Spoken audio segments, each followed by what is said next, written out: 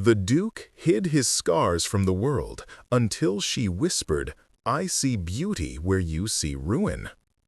The mirror shattered against the marble floor, and Julian Ashford, Duke of Ravensmere, stood trembling before the wreckage of his own reflection. Blood dripped from his knuckles where glass had bitten flesh, but he felt nothing. Nothing compared to the agony of what he had just seen.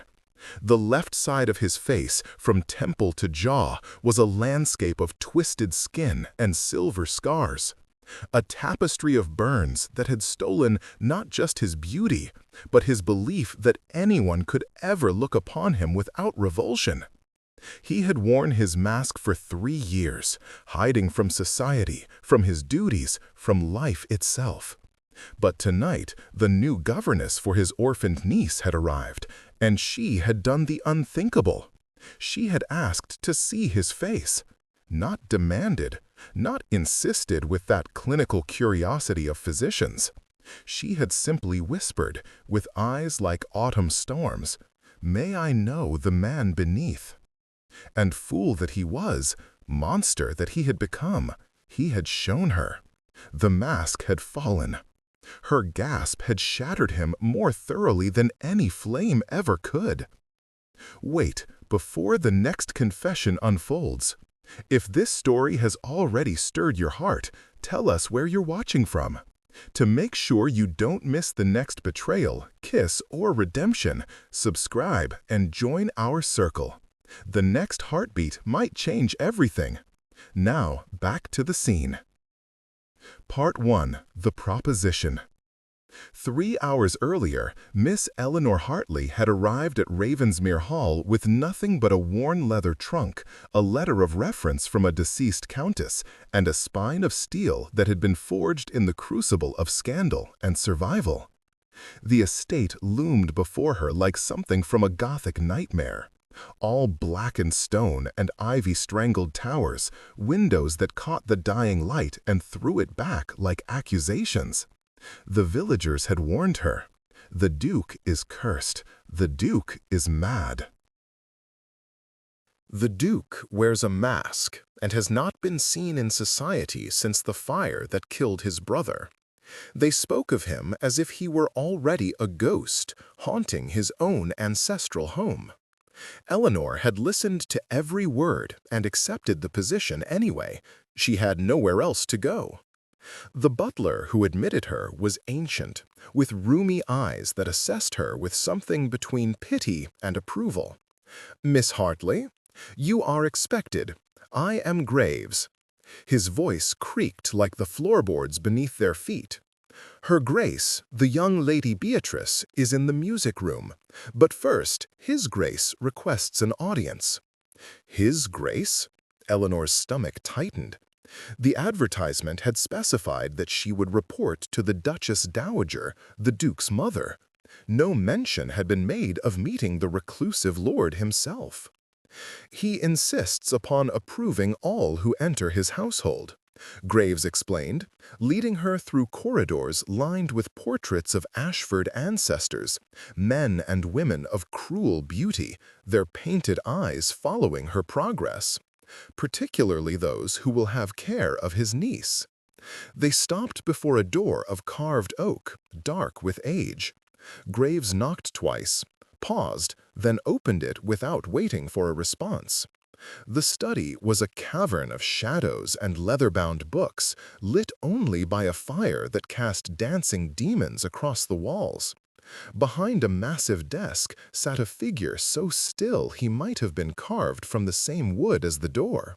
A man dressed entirely in black, his posture rigid with a discipline that spoke of either military training or iron self-control.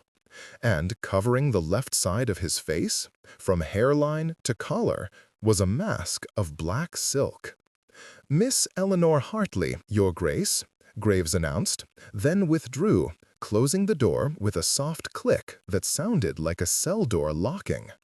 For a long moment, neither spoke.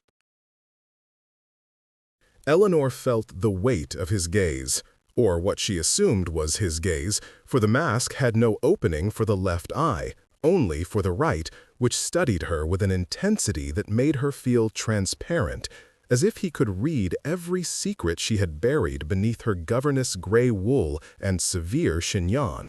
"You are young." His voice was a surprise, cultured, deep, with a rough edge that suggested either disuse or old damage to his throat. The agency led me to believe they would send someone more mature. "I am 24, Your Grace." Eleanor lifted her chin, a gesture of defiance she had learned not to show to potential employers, but something in this shrouded study with this masked man made her forget caution. And age is no guarantee of competence. I assure you, my credentials are impeccable.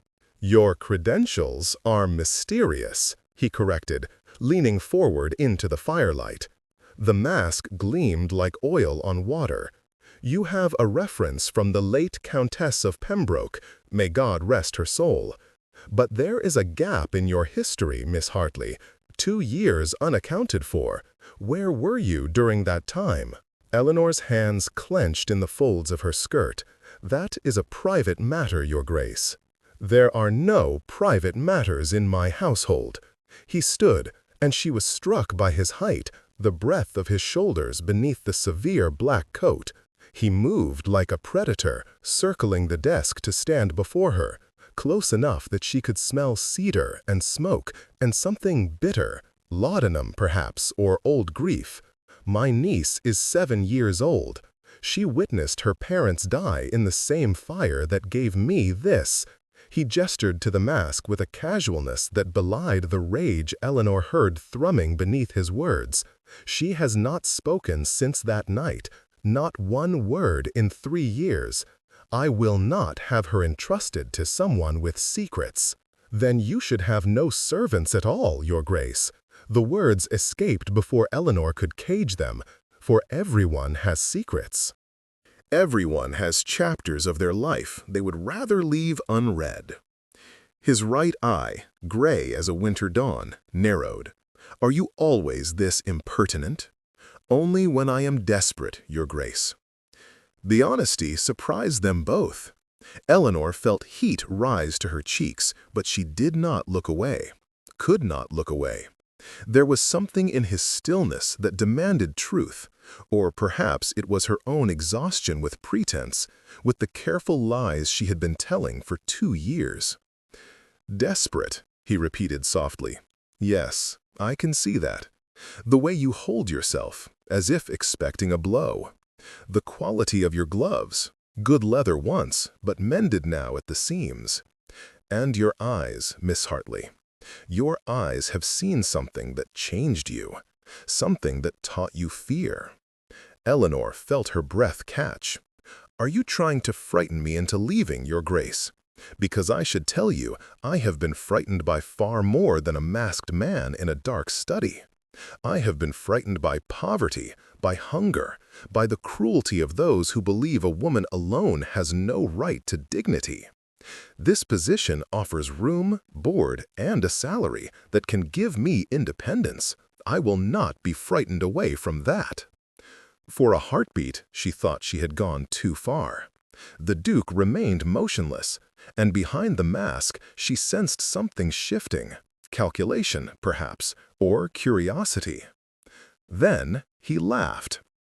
It was a harsh sound, rusty with disuse, but genuine. "God help me, but you may be exactly what Beatrice needs. Someone who cannot be intimidated. Someone who has survived." He moved back to his desk, putting distance between them as if proximity had become dangerous. "Very well, Miss Hartley. You are hired, provisionally. But understand this, I am not a kind master. I am not a patient man, and I do not forgive deception. If you harm my niece in any way, if you fail her, I will ensure you never work in a respectable house again." "I understand, Your Grace." "Do you?"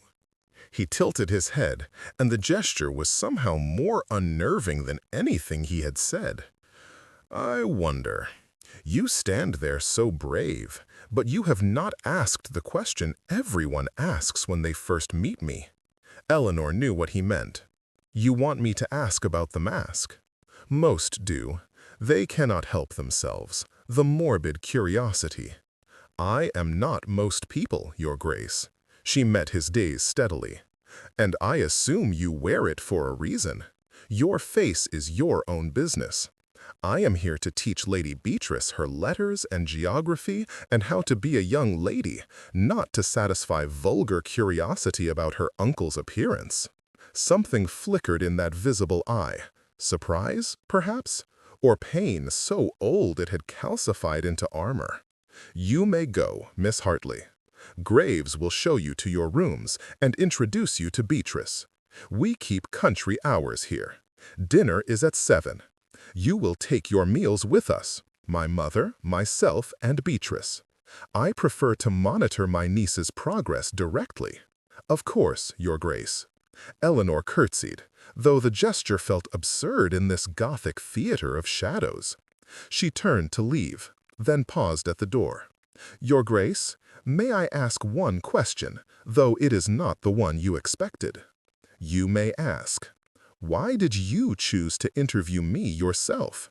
You could have left it to the Duchess Dowager. The Duke was silent for so long, Eleanor thought he would not answer. Then, quietly, as if the words were dragged from some deep well of truth. Because Beatrice trusted once, and that trust led to horror. I will not allow her to trust again unless I am certain the object of that trust is worthy. That is my burden to bear, Miss Hartley. I must be the monster who guards her, so that she may one day be the girl she was meant to be. Eleanor's throat tightened with unexpected emotion. She nodded, not trusting her voice, and slipped from the room. The nursery was in the east wing, 3 flights up and a world away from the oppressive grandeur of the lower floors.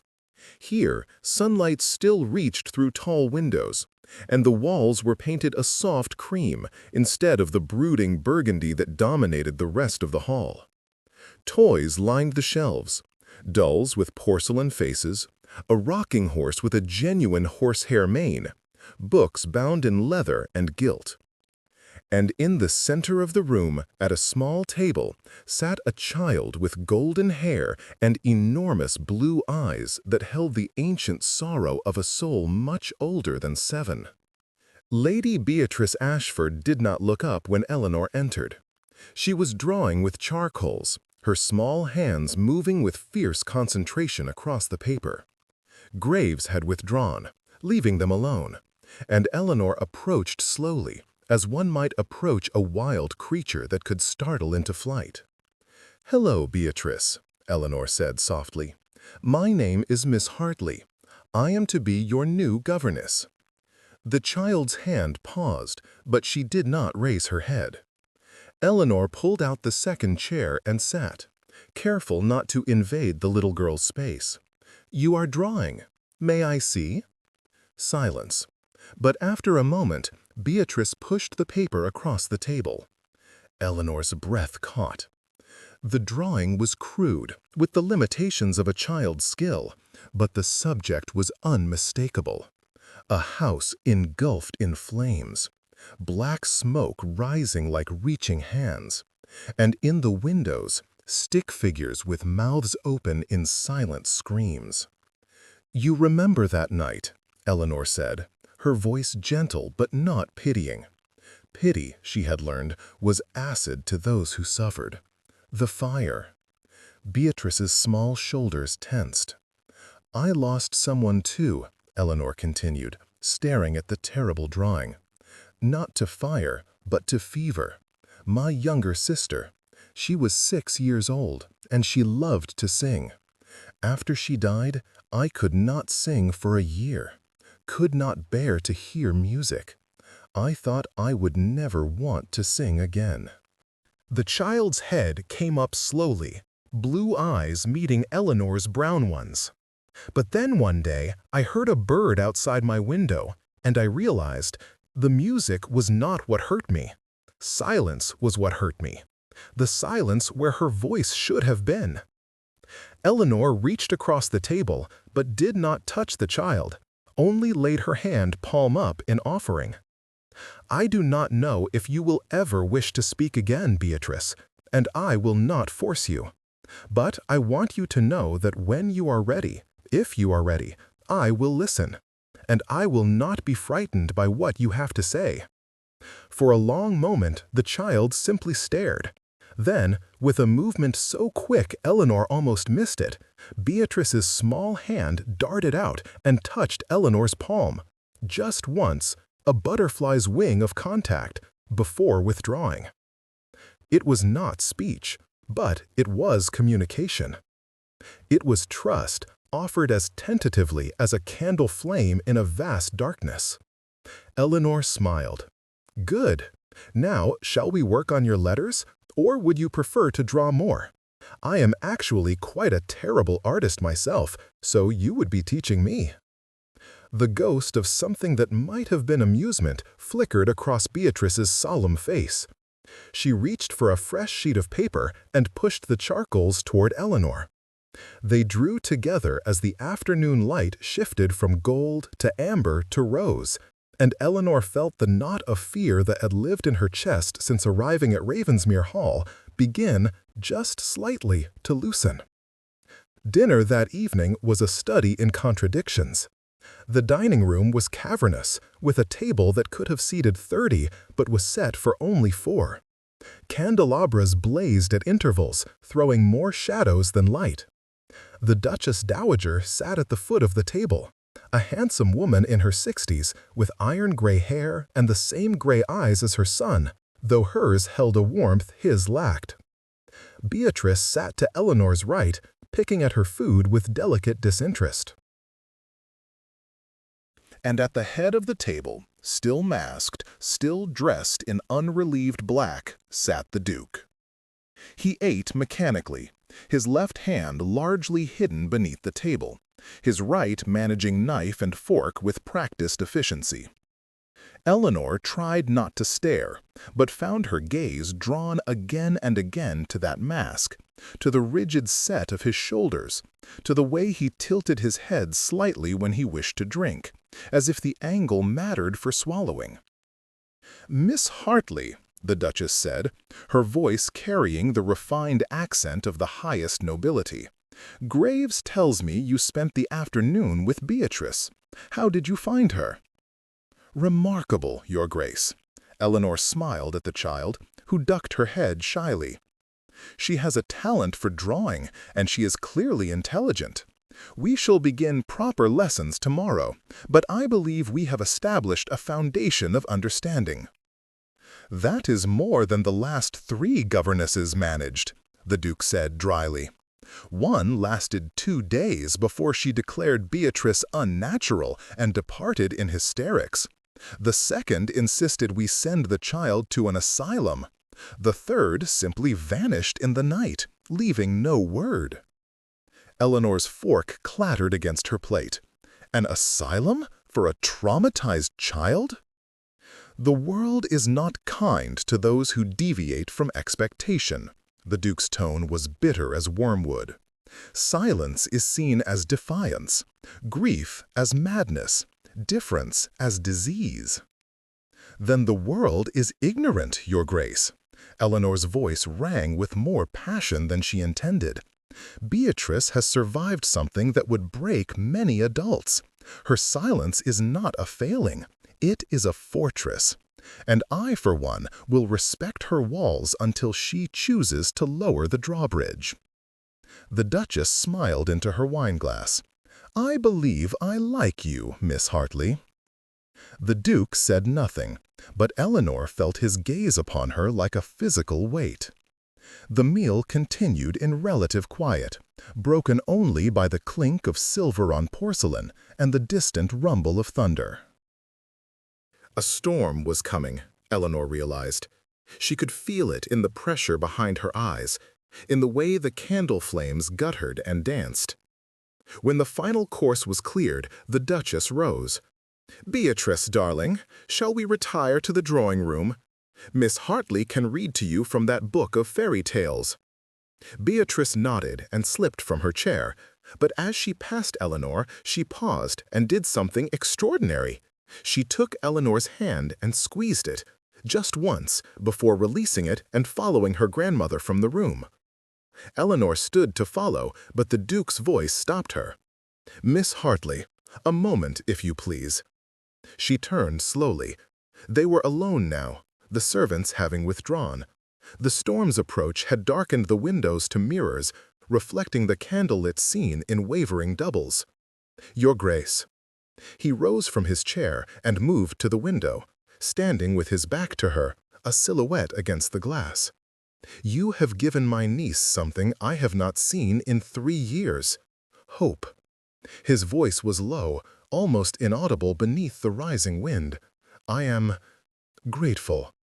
"There is no need for gratitude, Your Grace. It is my duty." "No." He turned, and in the candlelight, the mask seemed almost alive, a second skin. "It is more than duty. You spoke to her as a person, not as a curiosity or a problem to be solved. You told her of your own loss. That was not duty. That was compassion." Eleanor felt heat rise to her cheeks. "May I know the man beneath?" The question hung in the air between them, soft as silk, sharp as a blade. Eleanor's heart hammered against her ribs. "Your Grace? You said I wear the mask for a reason, that my face is my own business." He took a step toward her, then another, until they stood only an arm's length apart. "But you told Beatrice that silence hurt you, that you would listen when she was ready to speak." "I wonder, Miss Hartley, would you look if I were ready to show?" Every instinct screamed at Eleanor to refuse, to retreat, to maintain the professional distance expected of a governess. But she had learned in the hardest way possible that life was too short for cowardice, too brutal for anything less than unflinching honesty. "Yes," she whispered, "I would look, if you wished to show me." His right hand rose to the ribbon that secured the mask at the back of his head. For a moment he hesitated, and Eleanor saw his fingers tremble. This man who held himself with such rigid control, shaking like a boy before his first battle. "You will be repulsed," he said, and there was no emotion in his voice, only cold certainty.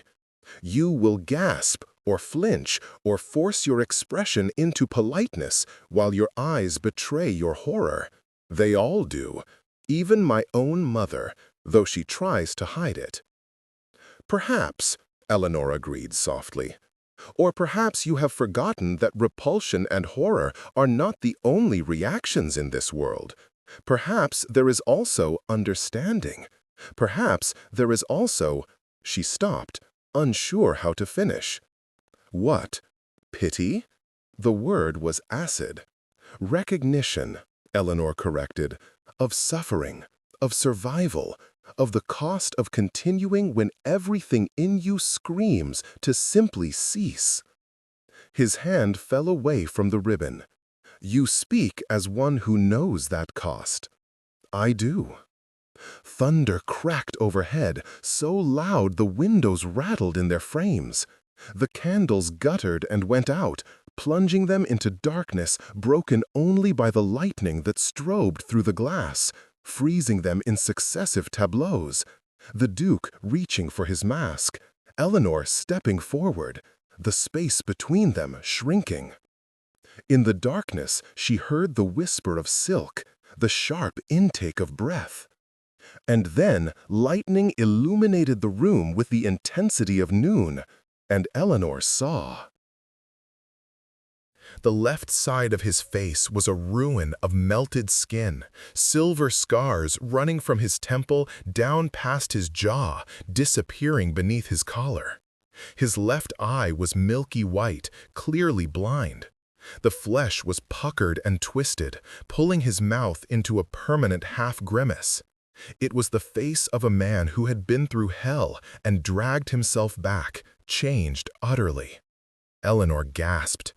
The Duke's expression crumpled, the right side of his face contorting with anguish that the scarred left could not mirror. "I told you," he rasped, fumbling for the mask. "I told you." "It is extraordinary," Eleanor breathed. His hands froze. "What?" "The pain you endured, the strength it took to survive." She moved closer, drawn by something she could not name. Curiosity, yes, but also a strange, fierce tenderness. "These scars are a map of your courage, Your Grace. They are proof that you chose to live when death would have been easier." "You mock me?" His voice broke on the words. "I do not." Eleanor reached up, and before she could think better of it, before fear could stop her, she touched the scarred flesh with her fingertips, gentle as prayer, reverent as worship. He flinched violently, jerking back as if she had struck him. "Do not." "I see beauty where you see ruin," Eleanor said. And she was crying now, tears streaming down her face, though she could not say why. "I see a man who saved his niece from the flames. A man who wears his pain but does not let it make him cruel. I see—" "Stop." The command was ragged, desperate. "Please, stop." But Eleanor could not stop, because in his ruined face she saw her own reflection. The girl she had been before the scandal, before the 2 years that had taught her how little the world valued a woman with no fortune and no protector. They were both survivors of different fires, both scarred in ways visible and invisible. "I see you," she finished simply. "Not a monster, not a ghost. You, Julian Ashford, and you are worth seeing." The mask fell from his nerveless fingers and shattered on the marble floor, the same floor where, an hour later, he would shatter the mirror in his room, unable to bear the truth Eleanor had offered him. That someone could look upon his face and not turn away. That someone could see him, truly see him, and call him beautiful. It was more than he could bear.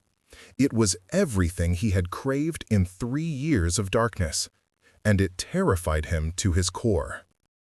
Part 2. Secrets and Emotional Tension. Eleanor fled to her room that night with her heart in her throat, and the Duke's stricken expression burned into her memory.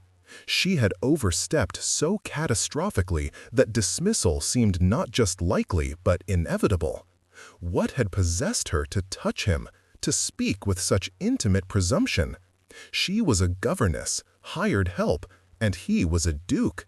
The chasm between their stations made her boldness not merely inappropriate but potentially ruinous. She paced the small chamber that had been assigned to her, wringing her hands until the knuckles ached. The storm raged outside, rain lashing the windows with fury, and she thought she could hear, beneath the thunder, the distant sound of breaking glass. The Duke was destroying something. She had destroyed something in him. "Why did I not simply lower my eyes and curtsy?" she berated herself. "Why did I have to play the heroine in some dramatic romance, spouting poetry about beauty and ruins?" But even as she questioned herself, she knew the truth. She had spoken from the same raw honesty that had made her confess her desperation during the interview. The Duke's pain had called to her own, and she had responded without thinking, without armor, without the careful mask of professional distance she should have maintained. She did not sleep. She sat by the window and watched the storm exhaust itself into a drizzle, then into silence, and when dawn broke gray and cold over the moors, she was still awake, rehearsing her apology and her resignation. At 7 o'clock, she made her way to the nursery with legs that felt like water. But Beatrice was not there. Instead, a note in elegant script lay on the small table. "Miss Hartley will please attend Her Grace the Duchess Dowager in the morning room at 8 o'clock. The summons she had been dreading. Eleanor dressed with numb fingers, donning her most severe gray wool and pinning her hair so tightly it pulled at her scalp. She would be dismissed with grace, she decided. She would not beg or make excuses. She would accept the consequences of her foolish impulse and leave with what dignity remained to her. The morning room was bright with sun after the storm, all yellow silk and polished wood. The Duchess sat at a small writing desk, wearing a morning gown of lavender silk, and her expression when Eleanor entered was unreadable. "Miss Hartley, please sit." She gestured to a chair opposite. "Tea?" "No, thank you, Your Grace." Eleanor remained standing, her spine rigid. "I believe I know why you have summoned me." "Do you?" The Duchess's eyebrows rose. "Enlighten me." "I overstepped last evening with His Grace. I spoke presumptuously and behaved with inappropriate familiarity. I am prepared to tender my resignation and will be gone by noon if you—" "Sit down, child." The command was gentle but absolute. Eleanor sank into the chair. The Duchess poured tea for both of them, her movements economical and practiced. "My son came to my rooms last night at an unconscionable hour. He was distressed." She handed Eleanor a cup, their fingers brushing. "He told me what transpired in the dining room. Your words, your actions." "I am deeply sorry, Your Grace. I had no right." "No, you did not."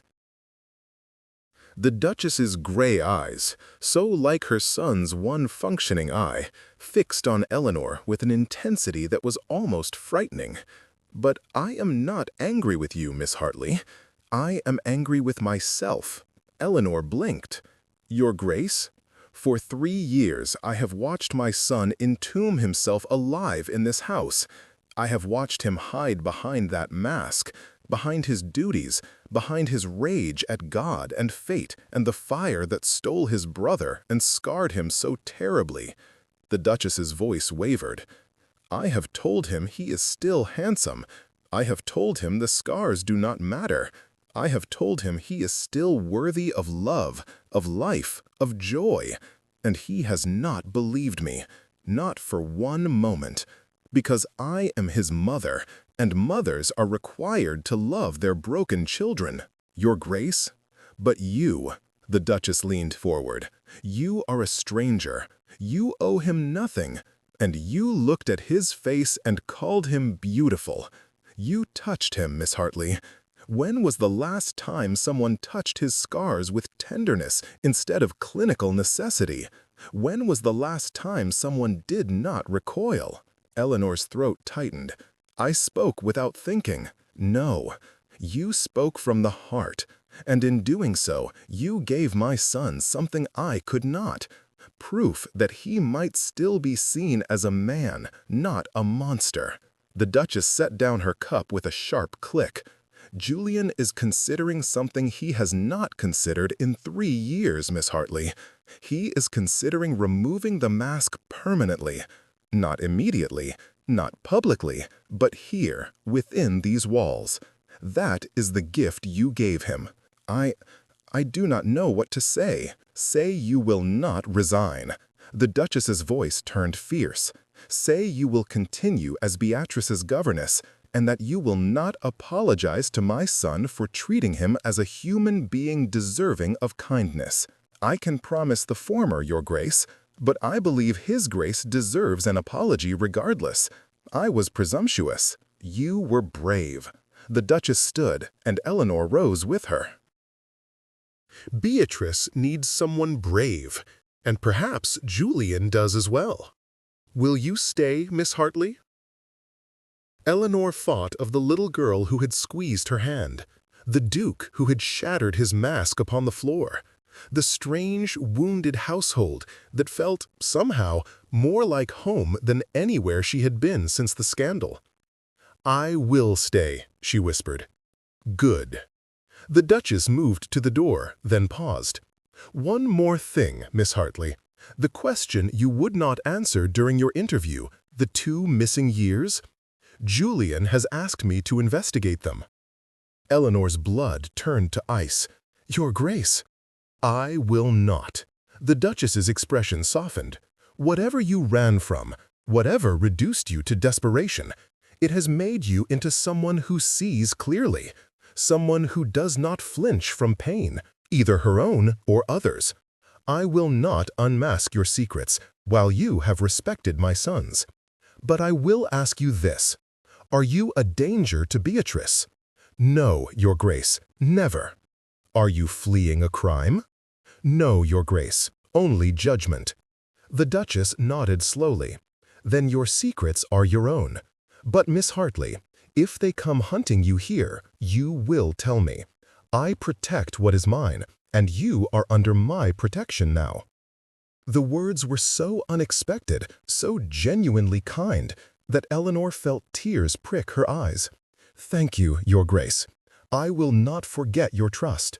See that you earn it." But the Duchess was smiling as she left the room, and Eleanor stood alone amid the morning sunlight, feeling as if she had passed some test she had not known she was taking. The following days established a routine that felt both fragile and precious. Eleanor worked with Beatrice each morning in the nursery. Letters and numbers, yes, but also drawing and music, and long walks through the gardens where the child could run and play without the oppressive weight of the house's Gothic grandeur. Beatrice did not speak, but she began to laugh, a rusty, hesitant sound at first, then more freely, until Eleanor grew addicted to the music of it. The Duke she saw only at dinner, and he was always masked. But the mask had changed. It was now a lighter silk, pearl gray instead of black, and it covered less of his face, ending at his cheekbone rather than his collar. It was a tentative unveiling, and no one commented upon it. But Eleanor saw the Duchess' eyes grow bright with unshed tears the first evening he appeared thus. He did not speak to Eleanor beyond polite pleasantries. "Good evening, Miss Hartley. How progresses Beatrice's education?" "Very well, Your Grace. She has a gift for watercolors." "Excellent. Please continue as you see fit." The distance was maddening.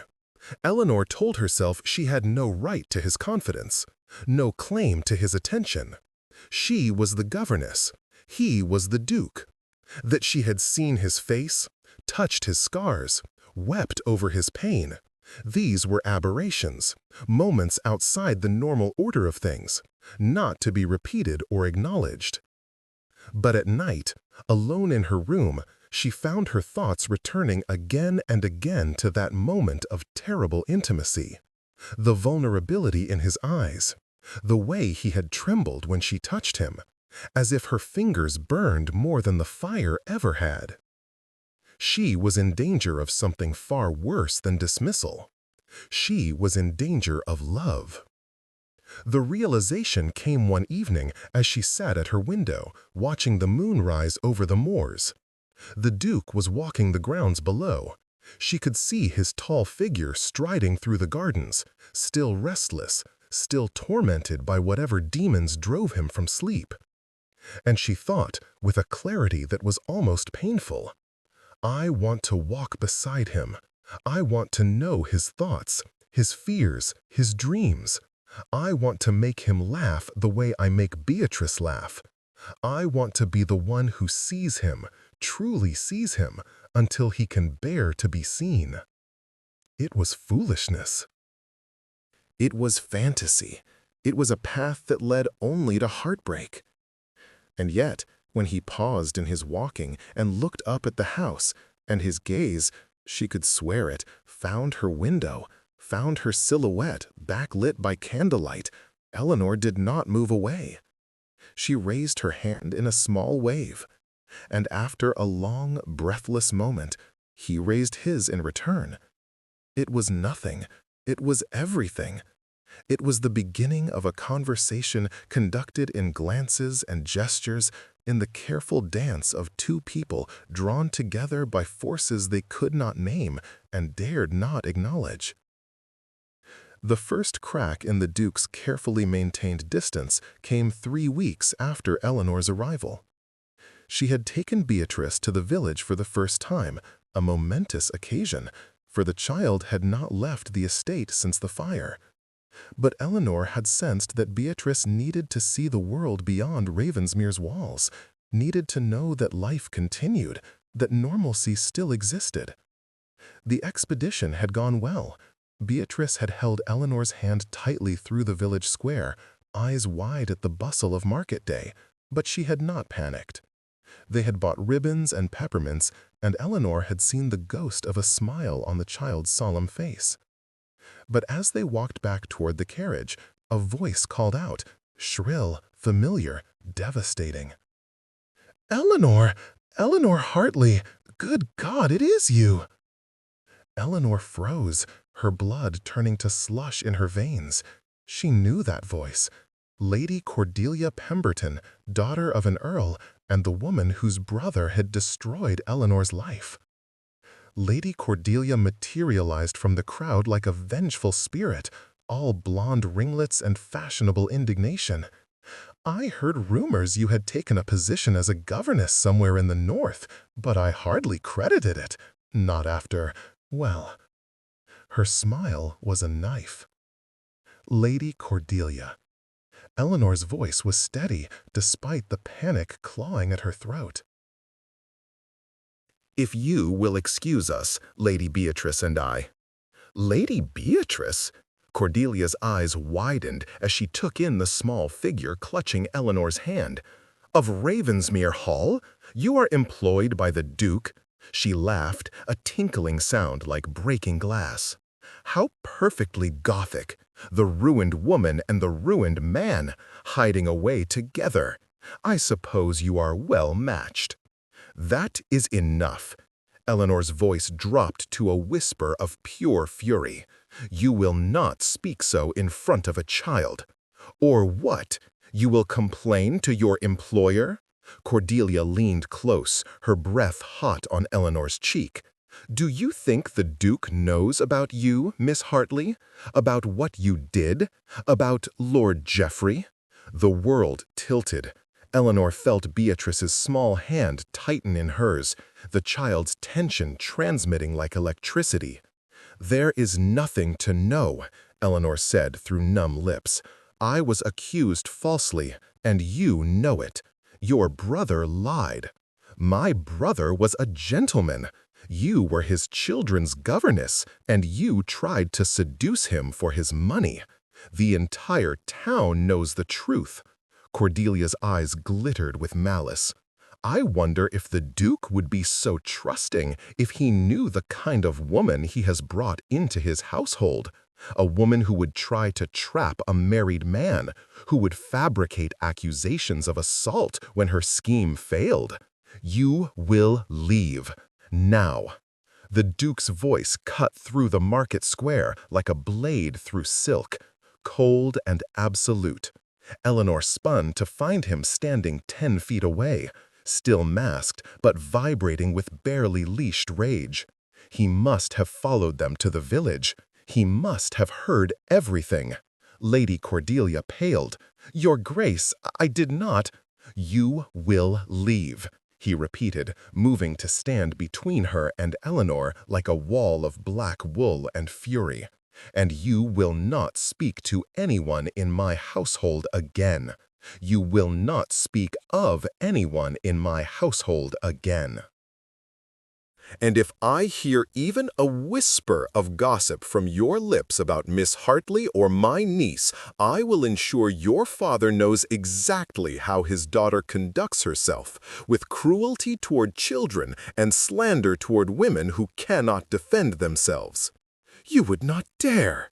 "I am the Duke of Ravensmere, madam. There is very little I would not dare when protecting those under my care." His voice dropped to a lethal whisper. "Test me, and discover just how much influence a recluse can still wield when properly motivated." Cordelia led, practically running back to wherever she had come from, and the crowd that had gathered to watch the spectacle slowly dispersed, murmuring amongst themselves. The Duke turned to Eleanor. Behind the mask, his expression was unreadable, but his voice when he spoke was gentle. "Miss Hartley, are you well?" She could not answer, could not force words past the knot of shame and fear in her throat. She had been unmasked, exposed, and now he would send her away. He would have to, for how could he trust her with Beatrice, knowing that she had been accused, however falsely, of such terrible things? "Your Grace," she managed, "I can explain." "Not here." He glanced at Beatrice, who was watching them both with wide, frightened eyes. "Come, let us return home." The carriage ride was silent as a tomb. Eleanor stared at her hands, unable to meet the Duke's gaze, unable to bear the weight of his judgment. Beatrice sat pressed against her side, and Eleanor drew what comfort she could from the child's presence. When they reached the hall, the Duke handed Beatrice to her grandmother with a quiet word, then turned to Eleanor. "My study, please." The walk through the corridors felt like a march to the gallows.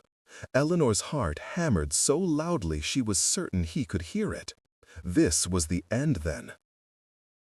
She would pack her things and be gone by nightfall, and Beatrice would lose another person she had begun to trust, and Eleanor would return to the desperate search for work that paid enough to keep her from destitution. The study was as dark as she remembered, all shadows and leather and the smell of smoke. The Duke moved to the window, his back to her, and for a long moment he simply stood there, silent. "Tell me," he said at last, "the truth, all of it." Eleanor took a shaking breath. "I was governess to Lord Geoffrey Pemberton's children for 2 years. His wife was often in London, and he took liberties. Small things at first, standing too close, touching my hand too long. Then more. He tried to corner me in hallways, to force his way into my room at night. I rebuffed him every time." Her voice was steady now, the words she had never been allowed to speak finally finding air. "When his wife died, fever, though there were rumors of laudanum, he proposed marriage within the month.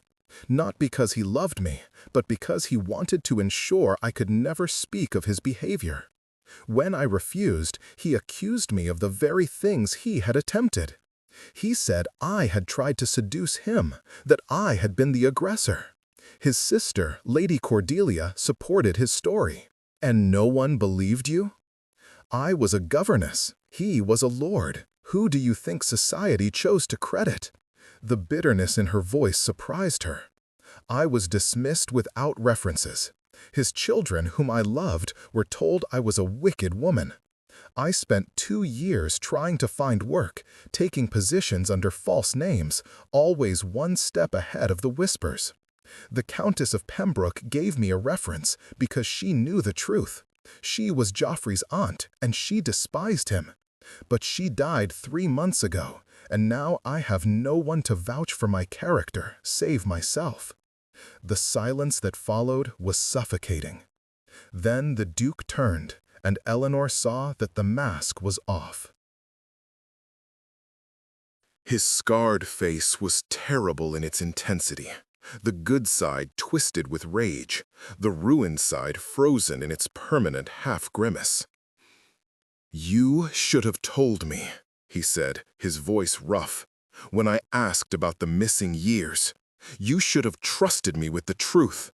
And risk losing the only position I could find? Risk harming Beatrice by bringing scandal to your household?" Eleanor lifted her chin, refusing to cry, refusing to beg. "I did what I had to do to survive, Your Grace, just as you have done. We are both survivors. You said so yourself." "I said many things that night." He moved closer, and Eleanor forced herself not to retreat. "I said you had given Beatrice hope. I said you saw beauty where I saw ruin. Do you remember?" "Yes." "Then hear this, Eleanor Hartley." Her Christian name on his lips was a shock, intimate and strange. "I believe you. I believe every word you have spoken, and you will not be dismissed from this house. Not now, not ever, unless you choose to leave. The relief was so intense it nearly brought her to her knees. Your Grace, Julian. His mouth twisted in something that might have been a smile on the unscarred side.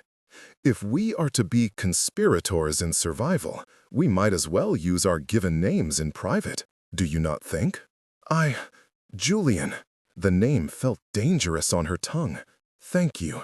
Do not thank me. I am a selfish creature, Eleanor. I protect you because Beatrice needs you, because my mother has grown fond of you, because... He stopped, something shifting behind his eyes.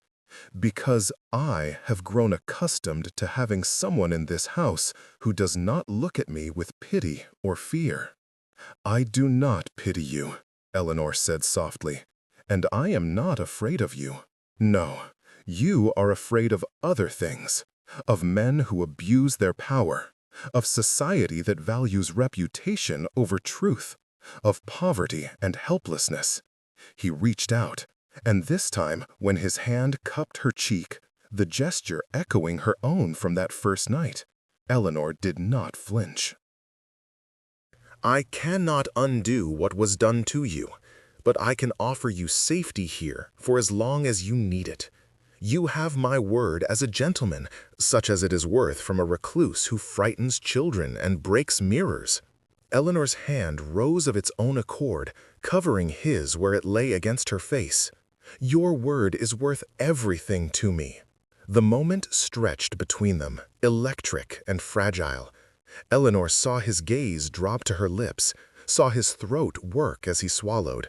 She should step back. She should remember her place. She should not be standing here in the gathering dusk with a duke's scarred hand against her skin and her heart threatening to beat out of her chest. But she did not step back, and neither did he. Eleanor, he breathed, and her name was a prayer, a question, a confession. Then Beatrice's scream shattered the moment like crystal against stone, high, wordless, primal, echoing through the halls of Ravensmere with the force of 3 years of silence finally broken. Part 3. Revelation and Heartbreak. They ran. Through corridors that blurred into shadows, up staircases that seemed to multiply underfoot, following the sound of that terrible, endless scream. The Duchess was already in the nursery when they burst through the door, cradling Beatrice against her chest while the child writhed and shrieked, her small body rigid with terror. She was drawing, the Duchess gasped over the noise, her face pale as milk. Just drawing, as she always does, and then she saw something in the window, a reflection or a shadow, and she began screaming. I cannot calm her. Julian, I cannot. Give her to me. The Duke's voice was steady despite the panic in his eyes. He took his niece from his mother with practiced gentleness, holding her against his chest and beginning to walk, back and forth, murmuring words too low for Eleanor to hear. But the child would not be comforted. She fought him with desperate strength, her screams fragmenting into sobs, and Eleanor saw with horror that her small hands were bleeding. She had been clawing at her own arms, at her own face, as if trying to tear something invisible away. The fire, Eleanor whispered, understanding flooding her with cold certainty. She is remembering the fire. Something triggered the memory. But what? The Duchess moved to the window, looking out into the twilight. There is nothing there, only the gardens and... She stopped, her hand flying to her mouth. Oh, God, Julian, look! The Duke moved to the window, still holding Beatrice, and Eleanor followed.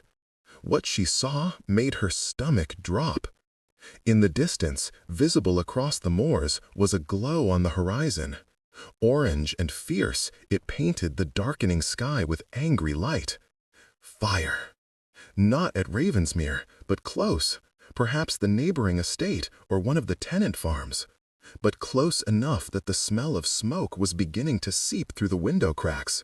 Close enough that Beatrice, with her child's keen senses, must have smelled it first. Must have been thrown back 3 years to the night that had stolen her voice and her parents and her innocence. "Close the window," Julian commanded, and the Duchess obeyed, slamming it shut and drawing the curtains. "Eleanor, wet a cloth in lavender water. It is on the washstand. Quickly." Eleanor moved on instinct, soaking a handkerchief in the fragrant water and bringing it to him. He pressed it gently over Beatrice's nose and mouth, and slowly, so slowly, the child's screams began to fade into hiccuping sobs. "That is right, little one," Julian murmured, his voice a rumble against her ear. "Breathe, just breathe. You are safe. You are here with me, and I will never let the fire touch you again. I promise. I promise." The repetition seemed to reach her. Beatrice's rigid body began to soften, her frantic movements stilling. She turned her face into Julian's chest and clung to him with both hands, her breathing ragged but no longer panicked. "Good girl," Julian whispered, pressing his scarred cheek to the top of her golden head. "Such a brave girl. You are safe now. You are safe." Eleanor felt tears streaming down her face, but she made no sound. The Duchess was weeping openly, her hands pressed to her mouth. They stood in the darkening nursery, while the man who called himself a monster held a broken child and proved himself the gentlest creature any of them had ever known. After what felt like hours, but was likely only minutes, Beatrice went limp in his arms, not unconscious, but exhausted beyond endurance. Julian carried her to her small bed and laid her down with exquisite care, tucking the blankets around her as if she were made of spun glass. "She will sleep now," he said quietly. "The episode has drained her. Mother, please have Graves send word to Lord Hartwick's estate. Find out what burns, if anyone is hurt, if they need assistance. Of course." The Duchess pressed a kiss to his scarred temple, a gesture so natural, so full of love, that Eleanor had to look away from the intimacy of it. "Julian, you were wonderful with her. I was what she needed." His voice was flat, empty. "It is not the same thing." The Duchess left, and Julian stood looking down at Beatrice's sleeping form, his expression unreadable in the dim light. "Julian," Eleanor ventured softly, "you saved her tonight. You knew exactly what to do." "I know what to do because I have been where she is." He did not look at Eleanor, only at the child. "The nightmares, the panic, the feeling that your own skin is burning, though the fire is long extinguished. I still wake most nights believing I am in the flames. I still smell smoke that is not there. I still see my brother's face at the window, screaming for me to save him while the ceiling collapsed between us." Eleanor's heart shattered. "You asked to see the man beneath the mask, Eleanor. Are you certain you want to know him? The man who failed his brother, who could not save him though I tried. God knows I tried." His voice cracked. "I went back into that house 3 times. 3 times I dragged people out, my brother's wife, my niece, 2 servants. But I could not reach James. The stairs had collapsed. The smoke was so thick I could not see. And I heard him screaming my name as I stumbled into the garden. And then I heard nothing at all. It was not your fault." "No?" He turned to her then, and his face was a mask of agony more terrible than any scarring. "I lived, Eleanor. I lived, and he died.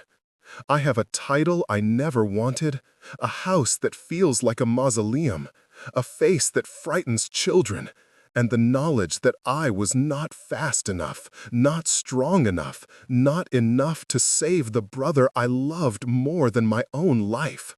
So forgive me if I do not feel like a hero for knowing how to calm a traumatized child. I feel like a coward who keeps walking when I should have burned with him." "Stop." Eleanor crossed to him and took his face between her hands, forcing him to look at her. You listened to me, Julian Ashford. You did not fail him. Fire is not an enemy that can be defeated by will alone. You saved 4 people that night, 4 lives that would have been lost if you had not risked everything. And you have spent 3 years keeping Beatrice safe, giving her a home, trying to give her a future. That is not cowardice. That is love. Love that is not enough. His hands came up to circle her wrists, but he did not pull away. She still does not speak, Eleanor. She still wakes screaming. I cannot heal her. Neither can I, Eleanor said gently. But we can stand beside her while she heals herself. We can be patient. We can be present. We can show her that survival is possible, that life beyond trauma exists. She smiled through her tears. You showed me that tonight. Watching you with her, seeing your tenderness, your strength, you gave me something I did not know I needed. Hope that I might also learn to stop running from my own fire. His gray eyes searched her face, and something in his expression shifted, the rigidity easing, the anguish gentling into something softer, more vulnerable. You undo me, he whispered, with your kindness, your courage, your refusal to let me hide. I do not know what to do with you, Eleanor Hartley. You do not have to do anything, she replied. Just let me stay. Let me be your friend, if nothing else. Friend? The word seemed strange on his lips. Is that what we are? I do not know what we are. Eleanor's heart hammered against her ribs. But I know I do not want to lose this, whatever this is. He leaned forward until his forehead rested against hers, and Eleanor closed her eyes, breathing in the scent of him, smoke and cedar, and something uniquely his own. They stood like that for a long moment, 2 broken people holding each other up in the darkness, and Eleanor thought, this is what I was running toward, not away from. This man, this child, this strange wounded household. This is home. Then Beatrice stirred in her sleep, a small whimper escaping her lips, and the spell broke. Julian stepped back, his hands falling away from Eleanor's wrists. You should rest, he said, his voice rough. Tomorrow will be difficult. She will need you. She will need us both, Eleanor corrected. A ghost of a smile touched his lips, the right side, where smiling was still possible. Us? Yes, I suppose she will. He left then, moving quietly so as not to wake his niece, and Eleanor was alone in the nursery with a sleeping child and a heart that felt too large for her chest. She settled into the chair beside Beatrice's bed, knowing she would not sleep, needing to keep watch in case the nightmares returned. As the moon rose and silvered the room, Eleanor thought about fate and fire and the strange alchemy that could transmute suffering into something that might, one day, resemble grace. She was still there, still watching, when dawn broke like a promise over the moors. The next weeks passed in a strange, suspended intimacy. Julian began taking his meals unmasked, not just with family, but with the servants present. And though Eleanor saw them struggle not to stare, none looked away in revulsion. Perhaps his 3 years of isolation had been unnecessary. Perhaps the world was less cruel than he believed. Or, perhaps, Eleanor thought, watching him across the dinner table, perhaps people responded to the way he carried himself. With dignity, with dry humor, with the quiet authority of a man who had stopped apologizing for his existence. Beatrice recovered slowly from her episode.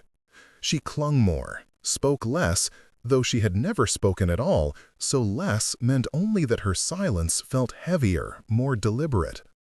Eleanor read to her for hours, walked with her through the gardens, sat with her while she drew her terrible, cathartic pictures of fire and loss. And Julian was there for all of it. He joined them on their walks, pointing out birds' nests and rare flowers. He sat in the nursery while Eleanor taught, occasionally offering a wry comment that made both his mother and Eleanor laugh. He played chess with Beatrice, using gestures and exaggerated expressions, and Eleanor's heart clenched watching this scarred, solemn man make himself ridiculous for a child's amusement. They were becoming a family, unconventional, wounded, but unmistakably bound by something deeper than blood. And Eleanor was falling in love. She tried to resist it. She cataloged all the reasons why such feelings were impossible, the difference in their stations, the scandal in her past, the fact that she was employed by his household. She reminded herself that kindness was not courtship, that Julian saw her as Beatrice's governess and perhaps a friend, nothing more. But then he would look at her across the dinner table with something unguarded in his eyes, or his hand would brush hers as they both reached for the same book, or he would say her name in that particular way he had, with a slight emphasis on the second syllable, and her traitorous heart would stutter in her chest. She was in love with the Duke of Ravensmere, and it was going to destroy her. The crisis came on a September evening, 6 weeks after Eleanor's arrival. She had put Beatrice to bed and was descending the stairs to her own room when she heard voices in the front hall, Julian's, low and tense, and another man's, cultured and cold. "You cannot refuse me, Ravensmere. The debts are too large, the estate too entailed. You need an heir, and I need a wife of impeccable breeding. It is a practical arrangement." Eleanor paused on the landing, hidden in shadow, her heart sinking. "I am not looking to marry, Lord Hartwick." Julian's voice was ice. "Then you should be. Your mother ages, your niece needs a mother figure, and you are the last of your line. Marry my daughter. She is young, biddable, and will not trouble you overmuch. She is also, I must be frank, not likely to receive better offers. Her dowry is substantial, and I am prepared to forgive certain financial irregularities your brother left you with." Eleanor's hands clenched on the banister. Financial troubles? She had not known. Julian had never mentioned. "My answer is no." Julian's tone allowed no argument. "I am not interested in a marriage of convenience, regardless of my debts." "Then you are a fool." Lord Hartwick's voice dripped with contempt. "But I suppose I should not be surprised. A man who hides behind a mask, who employs scandalous governesses, who lets his household run wild, such a man is hardly capable of making rational decisions." "What did you say about Miss Hartley?" The change in Julian's voice was terrifying, soft, lethal, barely contained violence.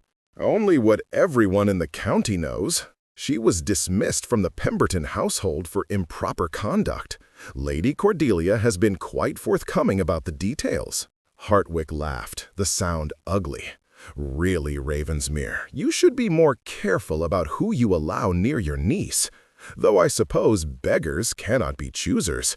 And what respectable woman would work for a disfigured recluse?" The silence that followed was absolute. Then Eleanor heard the unmistakable sound of a fist connecting with flesh, a body hitting the marble floor, and Julian's voice shaking with fury.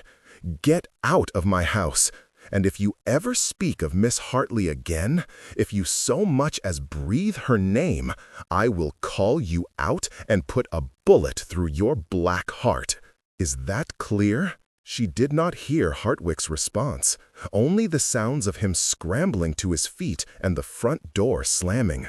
Then footsteps, heavy and irregular, climbing the stairs. Eleanor shrank back against the wall as Julian appeared on the landing.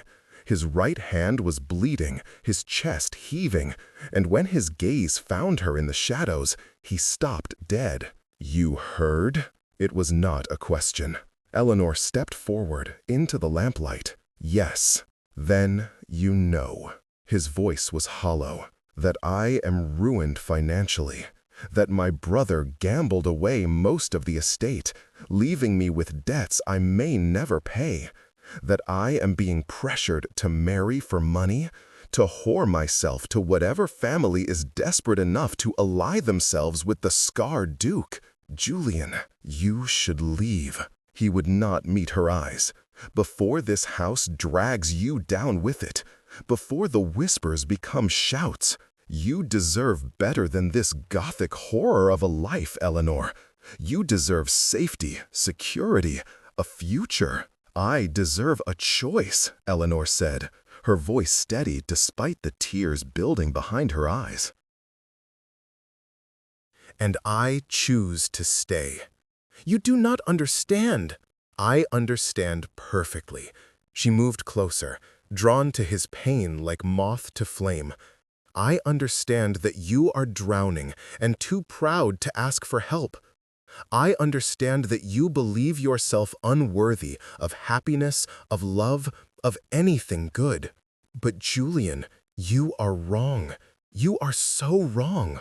Do not. He held up a hand, as if to ward her off.